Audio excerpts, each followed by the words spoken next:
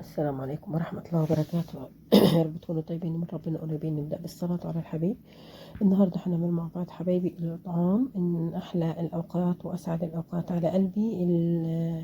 الإطعام والوقت اللي احنا بنقضيه في أي حاجة تطلع لله. هنعمله بطريقة سهلة كده وسريعة. جايبة اللحمة المفرومة اللي هي الجملي. بتبقى جميلة قوي في الكفتة. وحطيت طبعا البهارات اللي احنا عملناها مع بعض.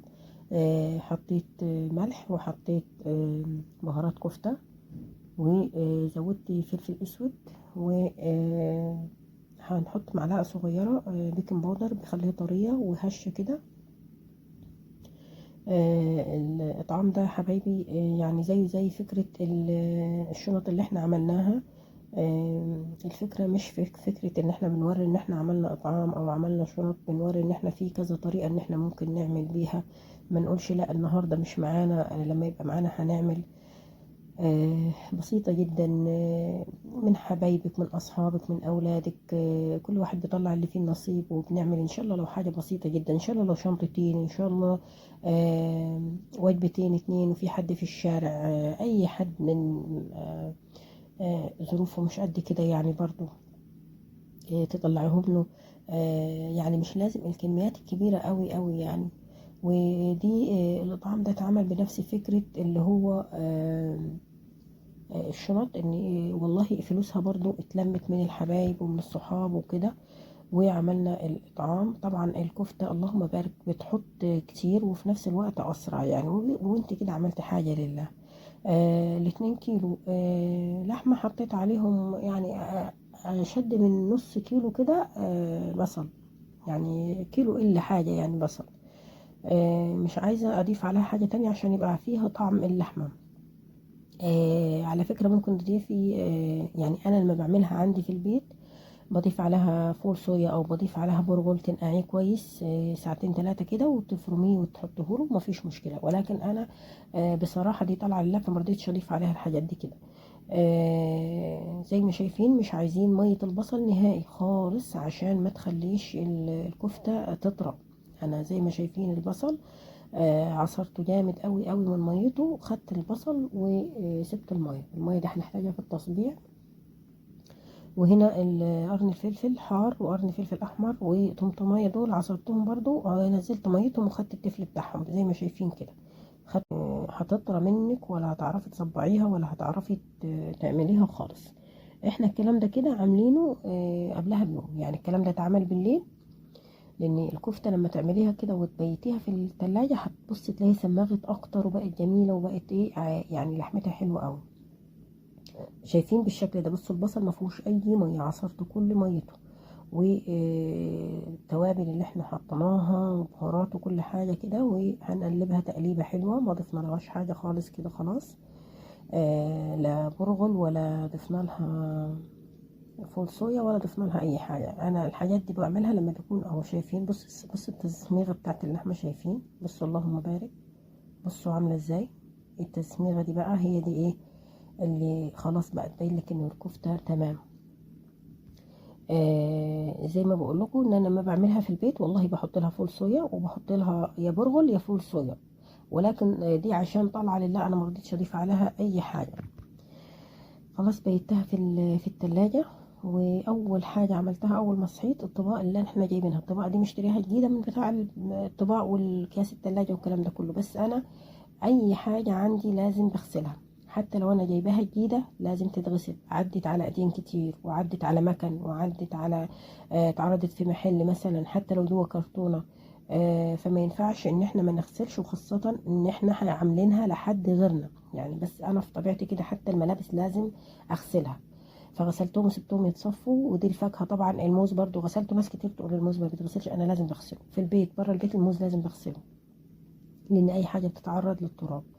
ومعانا هنا البلح، معانا البلح الطري ده، ومعانا البلح بتاعنا وحطينا في اكياس 3 بلحات كده مع او تمر يعني حسب ما بتسموه. وصابع موز. وهنقفل الكيس بالشكل اللي انتوا شايفينه كده. ده اول حاجه طبعا بعد غسيل الاطباق اللي احنا هنوزع فيها. غسلنا الاطباق الاول وحطيتها تتصفى، وبعدين بدأنا نعبي في الفاكهة مع البلح او التمر، و هنعبي كمان المخللات، بس اختصرت لكم لان الفيديو طبعا طول كده. فالمخللات هنعبيها وعبيتها يعني، وبعدين صورنا بالشكل اللي انتوا شايفينه كده. برضو في اكياس تلاجة صغيرة كده، وحطينا حبة مخلل في كل كيس وخلصناهم والدنيا تمام. هبدأ بقى اصبع في الكفتة دي. المية اللي طلعت من البصل والطماطم والفلفل ما رميتهمش طبعا، حطيتهم في علبة وحطيتهم في التلاجة، وهبدأ اصبع منهم بالشكل اللي انتوا شايفينه. بصوا الكفتة اللهم بارك، بصوا لما باتت. بصوا عايزة اوريكم حاجة كده، شايفين مفيش ولا نقطة مية فيها. بصوا مفيش بايتة في التلاجة اهو، شايفين ولا نقطة مية نزلت منها. اللهم بارك، زي الفل، وسمغت بزيادة كده وبقت جميلة، اللهم بارك.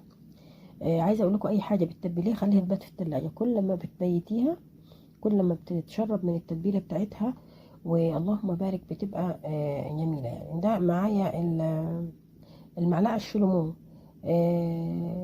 بقيت اصب عليها. عندك معلقة عادية، عندك اللي هي عصاية الشيش طاووق، عندك اي حاجة صبعي عليها. بدهن ايديا من مية البصل، ودهنت طبعا الاول المعلقة اللي معايا دي بالزيت اللي انا عاملاه بالمية البصل وكده، عشان ما تلزقش في الصابع الكفتة.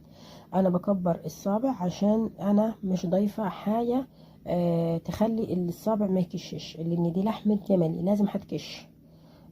لما بنبقى مش عايزينها تكش بنضيف زي ما قلنا برغل كتير ليها او فول صويا. فانا عشان عايزة الناس تدوق فيها طعم اللحمة مرضيتش ازود، فكبرت الصابع عشان لما يكش يبقى معقول. الكمية اللي احنا عملناها اللهم بارك يعني حلوة برضو. بالنسبة ان احنا يعني على قدنا ولمين الفلوس كده مع بعض. الحمد لله رب العالمين. وان شاء الله ربنا يوسعها علينا وعلى أمة محمد يا رب يوسعها.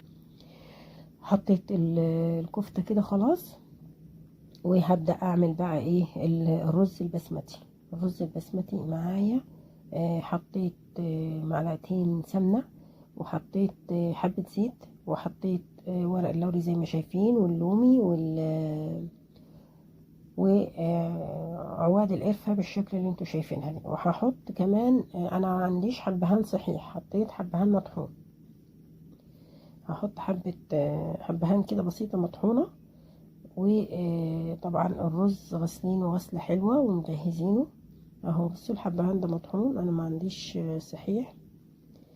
ومش عايزة تحطيه مش مشكلة على فكرة، يعني القرفة بتقوم بالواجب مع الحاجات دي، مع التتبيلة كمان بتاعة الكبسة نفسها. بتبقى حلوة قوي قوي قوي. دول حطيهم يعني بص، لان الزيت ما سخنش اصلا.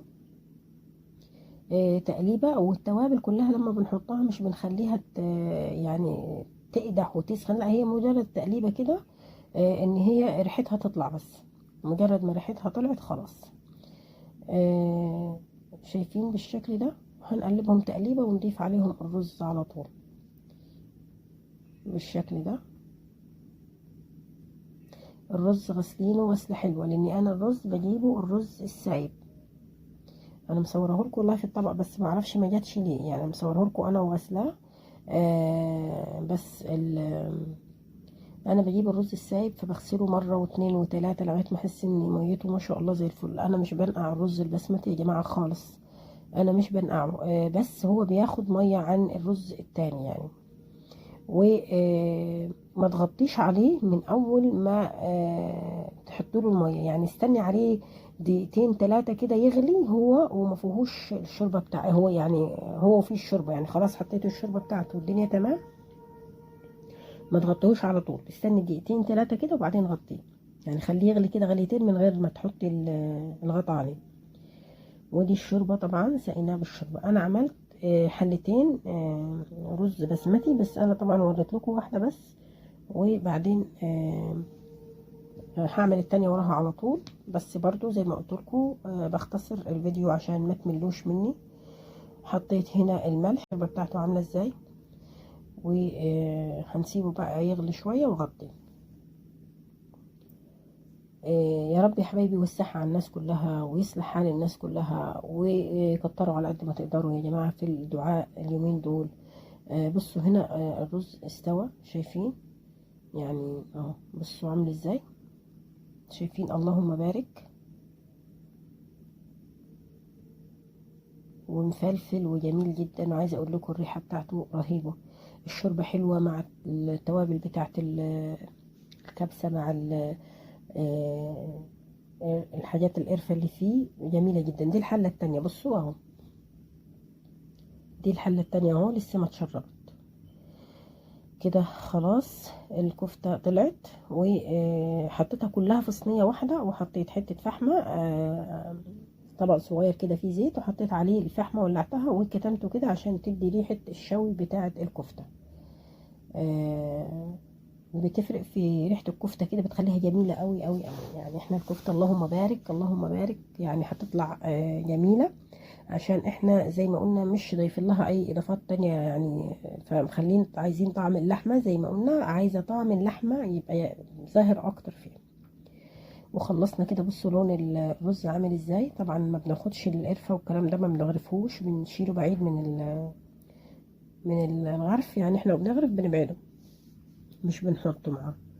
وبالطباق اللي انتوا شايفينها كمان برضو والله حاولنا ان احنا نجيب برضو اطباق نوعها انضف، يعني حاجة كده تبقى قيمة، حتى لو العدد بسيط او قليل اللي احنا عاملينه. ولكن انا كنت مبسوطة، وكل اللي كانوا معايا حتى الشباب اللي بيعبوا معايا وولادي والناس اللي ساهمت، وكله كان مبسوط مبسوط. المساهمة بتبقى بسيطة، ال50 جنيه واللي 100 جنيه، بس الناس كانت مبسوطة. ويا رب يفرح قلوب الناس كلها ويسعد الناس كلها. وكمان حطينا رغيف عيش عليه كده، حطينا المخللات، وحطينا التمر مع الموز، وحطينا الكفتة، وبعدين حطينا رغيف العيش عليهم وهنقفلهم. يا رب يسعد أيامكم ويوسعها علينا وعليكم، ويجعله في ميزان حسنات كل اللي دفع جنيه في الوجبة دي وفي الشنط، ويوسعها على الناس كلها يا رب، ويصلح أحوالنا وأحوالكم. وألف هنا وشفا على اللي أكل وعلى اللي وزع وعلى اللي اتبرع. وشكرا حبايبي ليكم، كل سنة وانتم طيبين وفي صحة وفي أحسن حال يا رب، وستر من الله. وشكرا ليكم حبايبي، ودمتم في أمان الله ورعايته، والسلام عليكم.